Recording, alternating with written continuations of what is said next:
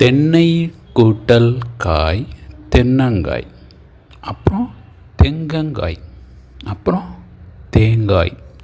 இப்படி தாங்க இந்த தேங்காயோட பேர் உருவாகுச்சு. தென்னை மரத்துக்கு தெங்கு, தாழை, கற்பக விருட்சம், நாளிகேரம் இப்படி பல பேர்கள் இருக்குது. இந்தோனேஷியாவோட தீவுகள் அங்கே இருந்து இலங்கை வழியாக தமிழ்நாடு, கேரளா இந்த கடலோர பகுதிகளில் இந்த தென்னை மரங்கள் வந்தடைஞ்சிருக்கு. இன்றைக்கும் பெரும்பாலான கடற்கரை மற்றும் ஆற்றங்கரை ஓரங்களில் தென்னை மரங்களை நிறைய நம்ம பார்க்கலாம். குறிப்பாக கேரளா, கன்னியாகுமரி இது மாதிரியான பகுதிகளில் தென்னை மரங்கள் கடலோரங்களில் நிறைய பார்க்கலாம். தென்னை மற்றும் தேங்காய் சார்ந்த பழமொழிகள் மூலமாக நிறைய அரிதான சிறந்த வாழ்வியல் பாடங்களை நம்ம முன்னோர்கள் கூறி வந்திருக்காங்க. அதை கொஞ்சம் பார்க்கலாமா?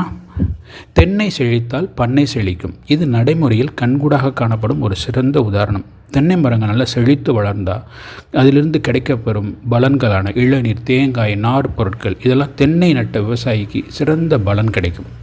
தென்னை மரத்துக்கு தண்ணீர் அதிகமாக தேவை, விரைந்து வளர்ந்து பலனும் கொடுக்கும். ஆனால் பனை மரம் அதிகமாக டைம் எடுக்கும் பலன் கொடுக்க. இதை குறிக்க நம்ம முன்னோர்கள் என்ன சொன்னாங்கன்னா, தென்னை வைத்தவன் தின்னுட்டு சாவான், பனை வைத்தவன் பார்த்துட்டு சாவான் அப்படின்னு ஒரு பழமொழியாக சொல்லியிருக்காங்க. கடைத்தேங்காய் எடுத்து வழிப்பிள்ளையாருக்கு உடைச்சது மாதிரி அப்படின்னு சொல்லுவாங்க.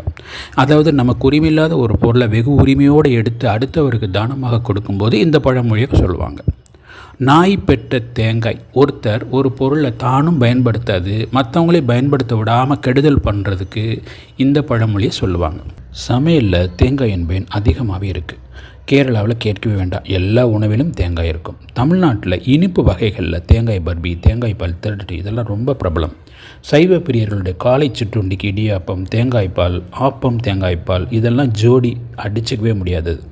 மதிய உணவுன்னு எடுத்துட்டா தேங்காய் சாதம் ப்ளஸ் சாம்பார் இது ரொம்ப அருமையான ஜோடி. மாலை நேரத்தில் கடற்கரை குறியலுக்கு உகந்த ஒரு பண்டம் தேங்காய், மாங்காய், பட்டாணி, சுண்டல். தேங்காய்க்கு இவ்வளோ விசேஷங்கள் இருக்குங்க. சரி, உங்களுக்கு இதில் எந்த உணவு ரொம்ப பிடிக்கும் கமெண்ட்டில் சொல்லுங்கள். அப்படியே வீடியோ பிடிச்சா like and share and comment. Thank you.